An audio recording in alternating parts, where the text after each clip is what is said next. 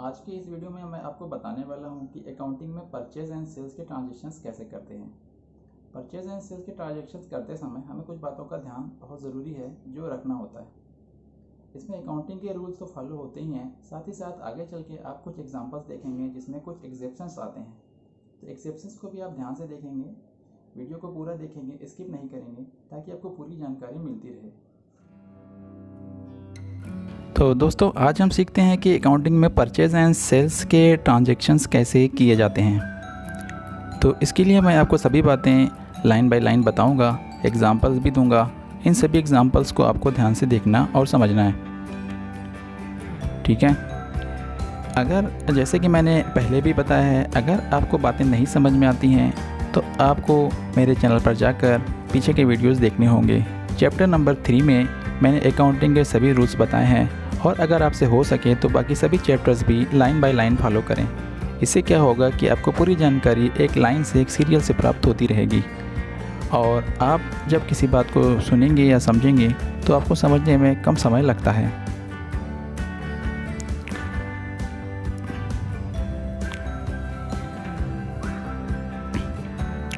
Purchase और sales को समझने से पहले हमें एक बात समझ लेनी होगी कि परचेज़ कब लागू होता है। तो जब हम किसी से परचेज़ करते हैं तो हम खर्चा करते हैं, यानी अगर हम कोई सामान किसी व्यक्ति से ख़रीदते हैं तो हमारा खर्चा होता है। तो खर्चा होने पर अगर हमने नॉमिनल अकाउंट पढ़ा है तो नॉमिनल अकाउंट के रूल्स के अनुसार खर्चा होने पर हम डेबिट हो जाते हैं, यानी परचेज़ डेबिट हो जाता है। और अगर हम सेल्स करते हैं तो हमारी इनकम होती है, यानी जब हम कोई वस्तु बेच देते हैं तो हमारी इनकम होती है और इनकम होने पर नॉमिनल अकाउंट के रूल्स के अनुसार सेल्स क्रेडिट होता है। तो ये बात हमेशा ध्यान रखेंगे, परचेज डेबिट और सेल्स क्रेडिट होता है। तो आइए अब हम सीखते हैं कुछ एग्जांपल्स। यहाँ पर मैं कोई 6 एग्जांपल्स लूँगा और इन सभी एग्जांपल्स को आपको मैं बारी बारी से समझाऊँगा। पहला एग्जांपल मैंने लिया है कि 1/5/2020 को परचेज़ किया है मैंने विकास से 10,000 रुपये का। दूसरा एग्जांपल है मैंने 2/5/2020 को मोबाइल परचेज़ किया है विनय से 2,000 रुपये का। तीसरा एग्जांपल है मैंने 3/5/2020 को परचेज़ किया है मोबाइल 3,000 रुपये का। 4/5/2020 को मैंने सेल्स किया है रोहन को 3400 का। 5/5/2020 को सेल्स किया है कंप्यूटर टू रोहन 20,000 का। और 6/5/2020 को मैंने सेल्स किया है कंप्यूटर 22,000 रुपये का। ये सभी एग्जांपल अगर आप देखें तो इनमें कुछ ना कुछ छोटे से डिफरेंस होते हैं। तो इन सभी एग्जांपल्स को आपको मैं अलग अलग करके बताऊंगा। मैंने थोड़े सभी एग्जांपल में चेंजेस किए हैं, तो अब इनको ध्यान से देखेंगे तभी आपको समझ में आएगा। हर एक एग्जांपल में कुछ ना कुछ चेंज होगा और जब आप क्लियर सभी एग्जांपल्स को समझ लेंगे तो अगर कोई चेंज करके भी आपको दे देगा तो आप उसे आसानी से कैलकुलेट कर लेंगे। अगर आप इसको समझ गए तो आगे ये काम आपको ईजी हो जाएंगे। तो चलिए आगे देखते हैं, ठीक है। तो पहला एग्जांपल मैं सॉल्व करता हूँ। 1/5/2020 को मैंने परचेज़ किया विकास से। तो इसको सॉल्व करने के बाद आप देख सकते हैं जनरल बुक में इसकी एंट्री इस प्रकार हो जाती है। सॉल्व करने पर परचेज़ अकाउंट डेबिट आता है और विकास अकाउंट क्रेडिट हो जाता है। परचेज़ इसलिए होता है क्योंकि मैंने विकास से परचेज़ किया है। जिस व्यक्ति से हम परचेज़ करते हैं पर्सनल अकाउंट के रूल्स के अनुसार वो हमें दे रहा है, वो क्रेडिट हो जाता है। और परचेज़ करने पर हमने खर्चा किया, तो जब परचेज़ किया जाता है तो परचेज़ अकाउंट लिखना होता है। जब भी आप परचेज़ करेंगे तो परचेज़ अकाउंट लिखने के बाद उसको डेबिट कर देंगे। इससे पता चलता है कि हमने क्या काम किया था। तो नॉमिनल अकाउंट के नियम से परचेज़ अकाउंट डेबिट हो जाएगा और विकास से हम ले रहे हैं, यानी विकास हमें दे रहा है तो वो क्रेडिट हो जाता है। तो इस बात को ध्यान रखेंगे। तो चलिए अब चलते हैं अगले एग्जाम्पल पर जो हम देखेंगे और जिसमें हम दूसरा प्रैक्टिकल सेट करेंगे। तो दूसरे एग्जांपल्स में मैंने 2/5/2020 को मोबाइल परचेज़ किया है विनय से। इस एग्जांपल्स को अगर आप देखें तो इसमें मैंने गुड्स का नाम भी बता दिया है, यानी किस वस्तु को मैंने परचेज़ किया है उसका नाम मैंने बताया हुआ है। इसको सॉल्व करने के बाद अगर आप देखें तो मोबाइल अकाउंट डेबिट हो रहा और विनय अकाउंट क्रेडिट हो रहा है। ऐसा क्यों हुआ? देखें, जब हम किसी वस्तु को परचेज़ करते हैं तो पहली बात आपको ध्यान में रखनी है, तो हमें उसका नाम लिखना होता है, ठीक है। तो क्योंकि मैंने मोबाइल परचेज़ किया है तो मोबाइल आ रहा है। रियल अकाउंट के अनुसार जो वस्तु आ रही है वो डेबिट होती है और मैंने परचेज़ किया विनय से तो विनय मुझे दे रहा है, तो देने के अनुसार वो क्रेडिट हो गया। और जैसे ये मैंने ऊपर बताया नोट नंबर 3 अगर आप पढ़ें तो इसमें अगर आप देखें तो मैंने वस्तु का नाम लिया हुआ है। तो अगर किसी वस्तु का नाम मेंशन किया जाता है किसी भी एग्जाम्पल में तो उस वस्तु का नाम लिखना ज़रूरी होता है। वस्तु का नाम लिखेंगे तो आपको परचेज़ लिखना ज़रूरी नहीं है। अब हम आते हैं एग्जाम्पल नंबर 3 पर। एग्जाम्पल नंबर 3 में मैंने 3/5/2020 को मोबाइल परचेज़ किया है।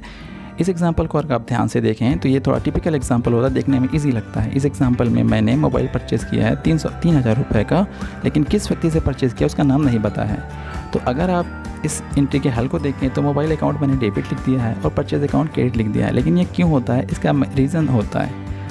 तो देखिए, जब हम किसी व्यक्ति से परचेज़ करते हैं, जैसे मैंने मोबाइल परचेज़ किया है तो मोबाइल आ रहा है, ये तो पहले जैसे रूल के अनुसार ही है, तो मोबाइल आने पर डेबिट हो जाएगा। रियल अकाउंट कहता है जो आ रहा है वो डेबिट हो जाता है। तो मोबाइल क्योंकि हमारे पास आ रहा है तो वो डेबिट हो जा रहा है। और परचेज़ भी अगर आप देखें तो यहाँ पर मैंने परचेज़ क्रेडिट किया है, लेकिन अगर हम अकाउंटिंग का नियम लगाएंगे, जैसे कि मैंने पीछे बोला, तो परचेज़ एक खर्चा होता है, तो खर्चा होने की वजह से परचेज़ भी डेबिट हो जाएगा। यानी मोबाइल आ रहा है तो डेबिट हो जाएगा रियल अकाउंट के नियम से, और परचेज़ खर्चा होने की वजह से नॉमिनल अकाउंट के रूल से वो भी डेबिट हो जाएगा। तो अगर आप अकाउंटिंग के रूल यहाँ पर लागू करेंगे तो दोनों ही अकाउंट डेबिट हो जाएंगे। तो जब कभी भी इस तरह का टाई अप हो जाए दोस्तों कि आप अकाउंटिंग का रूल्स लगाते हैं लेकिन दोनों ही अकाउंट डेबिट हो जा रहे हैं, तो ऐसी कंडीशन में हम इसे एक्सेप्शन कहते हैं। एक्सेप्शंस होने पर ये नियम लगाया जाएगा कि रियल अकाउंट को वैसा ही रहने देंगे जैसे वो आ रहा है, बल्कि नॉमिनल अकाउंट को उठाकर रिवर्स कर देंगे। तो परचेज़ अकाउंट डेबिट आया था, तो परचेज़ अकाउंट को मैंने डेबिट होने की वजह से रिवर्स कर दिया और उसे क्रेडिट कर दिया। तो जब एक्सेप्शन होगा तभी आप रिवर्स करेंगे, अगर नॉर्मल एंट्रीज़ हैं तो आपको रिवर्स करने की ज़रूरत नहीं है। अब हम आते हैं एग्जांपल 4 पर। एग्जांपल 4 में मैंने सेल किया है रोहन को, ये नॉर्मल एंट्री है। रोहन को मैं सेल कर रहा हूँ, तो रोहन मेरा सामान ले रहा है, तो जो लेगा वो डेबिट हो जाता है पर्सनल अकाउंट के नियम से। और जब मैं सेल करता हूँ तो मेरी इनकम होती है, और इनकम होने की वजह से नॉमिनल अकाउंट कहता है अगर हमारी इनकम हो रही है तो क्रेडिट होगा। तो ये सिंपल सा लेन देन है। सेल अकाउंट इसमें क्रेडिट हो जाता है और रोहन अकाउंट डेबिट हो जाता है, क्योंकि मैं उसको बेच रहा हूँ, वो ले रहा है मुझसे। ठीक है, तो सेल करने पर भी और नॉर्मली परचेज़ करने पर भी हमने ये किया। अब सेल का मैं दूसरा एग्जांपल आपको बताता हूँ।